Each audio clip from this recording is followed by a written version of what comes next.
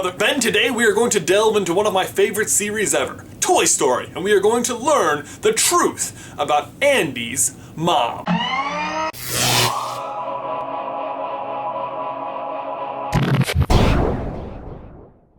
Toy Story, the one that started it all. It's always been such a great story to me because although the main characters are definitely Woody, Buzz, and the rest of the gang, all the decisions they ever make are based around their owner, Andy, who isn't really even in the movies that much, and yet he's kind of the central character. However, while the toys are always off solving whatever Andy-themed crisis they seem to find themselves in, they're often put in that situation by a character we see even less of. Andy's mom. In the first movie, she gives Andy Buzz, which effectively started the great cowboy spaceman war of Andy's room. And then later in the movie, she decides to move the family, accelerating the deadline for which them to escape Sid's house. In the second movie, she holds a yard sale from which Woody is eventually stolen. And in the third movie, she forces Andy to either toss or store his toys, which accidentally lands them in daycare. Yes, that's right. For all the villains the toys face, the real enemy is Andy's mom. Well, no, not really, or not intentionally anyway. But what we are about to find out is that Andy's mom might actually have been one of the main antagonists of the second movie. Okay, well, antagonist might be a strong word. Let me explain.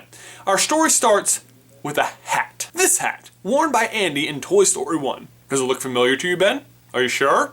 Are you sure? Well, it shouldn't, because we haven't met Jessie yet. This is still Toy Story 1. But we have met Buzz Lightyear, a toy who is extremely aware of who he is. He's Buzz Lightyear of Star Command, and he is more aware that he is Buzz Lightyear than the fact that he is a toy. And in the second movie, we see that he actually recognizes other toys from his own series, that being Zurg. That is the behavior of a brand new toy. But on the other side of the fence, when Woody meets the rest of the characters from his collection in the second movie, he has never heard of them. He has no idea who they are, or indeed who he is, which means Woody is not a new toy at all. In fact, based on the rest of the collection we see in the second movie, Woody is a very old toy, which means that Andy probably inherited him from possibly his missing father? In the first movie, his younger sister Molly is a baby, but his father is nowhere to be seen, meaning that he very recently walked out or very recently died. Personally, I like to think he died, which I said a little too cheerfully, but hold on, I'll get to that in a second. But if Andy's dead father did leave him Woody, then it would explain why he's so obsessed with this one toy in particular. But back to the hat. Where did the hat come from?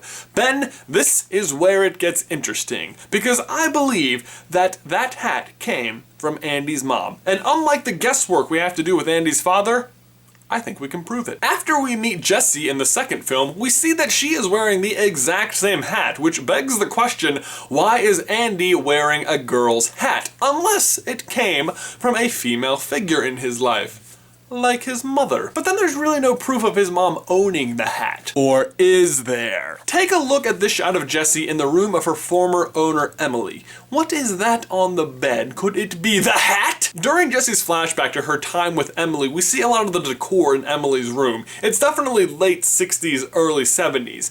Andy was born in the 80s, which means that at the time this sequence was happening, Andy's mom would have been about the same age as Emily. Do you see where I am going with this? But wait a second, let's look at those hats again. Andy's hat is different than that hat. There's no white ribbon around his, so oh my god, you can see where the ribbon used to be. Look at those fade marks. That is an old hat. That is a hat that is older than Andy. That was passed down from a parent. Yes, Andy's mom is Emily, Jessie's former owner. Wait, doesn't Emily donate all of her cowgirl stuff at the end of that sequence? Why yes, keen observer, she does, but if you pay close attention, you notice that the hat is not in the box because she kept the hat and eventually gave it to her son, who would eventually become the owner of the doll she once loved. So then why doesn't his mom ever recognize Jessie? I don't know. I mean, I personally don't remember every single toy I had as a kid, even my favorite ones, and I imagine that as a single mom of 2 children, you eventually just stop keeping track of every single toy that they have ever owned. But she is single, and Andy's dad is never mentioned, and if he did leave Andy Woody, then